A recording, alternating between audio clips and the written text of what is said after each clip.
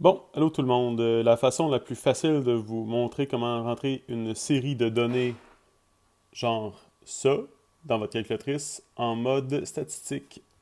Donc, ce qu'on va faire, moi j'utilise ma calculatrice Sharp ELW535X. Ça ne veut pas dire que vous avez la même, ça veut juste dire que les options devraient être semblables. OK? Donc, première des choses, on va aller sur Mode. Et là, dans Mode, vous avez soit Stats, normal ou Drill. On va aller sur Mode Stats. Donc, vous appuyez sur le 1. Et là, on vous demande est-ce que vous voulez standard linéaire, linéaire 1, 2, quadratique, exponentiel. Comme on fait de la régression linéaire à deux variables, x, y, on appuie sur 1 pour linéaire.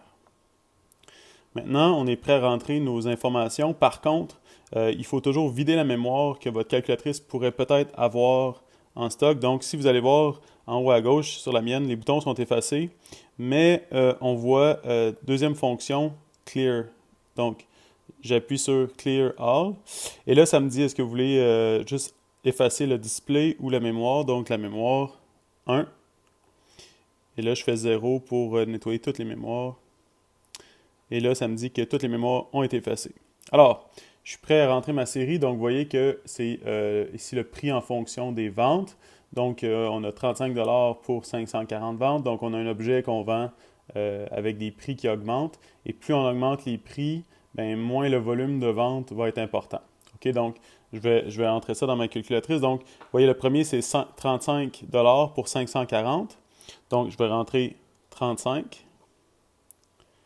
Et je vais aller cliquer ici à droite. Vous avez le petit bouton XY, donc les coordonnées.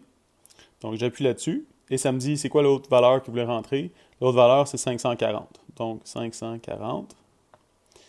Et là, quand j'ai terminé, je fais Data Change. Donc, j'entre, j'appuie là-dessus et ça me dit le premier set, la première coordonnée est entrée. Ça va? Alors, l'autre, c'est 40, 492. Donc, j'appuie sur 40. Je fais mon petit bouton de coordonnées XY. 492. Quand j'ai terminé, j'appuie sur Change ou Data. Et là, j'ai mon deuxième set qui est rentré. Donc, si vous avez rentré tous vos sets comme ça, là j'en ai juste deux pour l'exemple, pour écourter un petit peu la vidéo. Et vous pourriez avoir, vous voyez en dessous des boutons, des touches qui sont 1, 3, 4, 5, 7, 8, 9. Vous avez la moyenne des X, la moyenne des Y. Vous avez la sommation des XY, sommation des Y, vous avez la sommation des X, et ces touches-là, ils sont accessibles avec le bouton alpha ici qui est en bleu. Donc, par exemple, si je clique sur alpha 0, ça va m'amener au N. N, c'est le nombre de valeurs que j'ai, le nombre de sets que j'ai entrés. Donc, si je fais Enter, ça m'indique que j'ai rentré deux ensembles. Ensuite, je pourrais avoir, dans les formules, on sait qu'on a souvent besoin de vérifier la sommation des X, la sommation des Y. Donc, par exemple, si je clique alpha 1, ça m'amène à la somme des XY qui est ici. Donc, en faisant Enter, ça m'amène à la réponse. Donc, la somme des X fois Y, ça fait 38 000. Donc, voilà. Après ça, ce qui est important pour nous autres, c'est les valeurs. Donc, le modèle de régression linéaire qui est Y est égal à AX plus B. Donc, le A ici, on peut aller le voir en faisant la touche alpha. Et là, vous allez voir, moi ici, je l'ai sur la parenthèse ouverte, ouvrante. Donc, si je clique sur le A ici, ça me donne 876. Puis, attention, parce que là, le B, moins 9,6.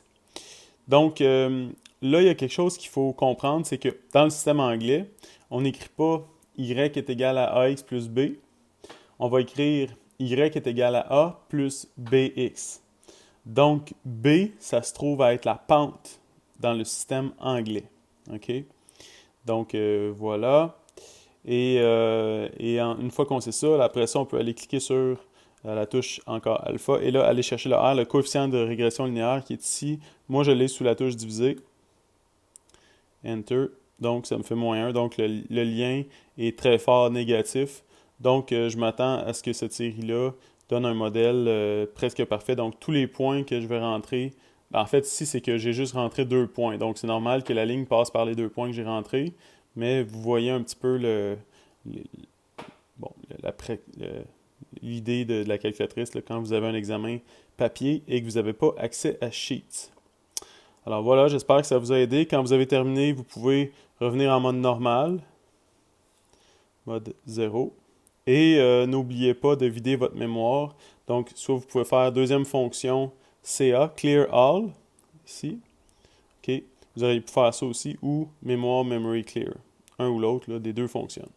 J'espère que ça vous a aidé. On se voit bientôt.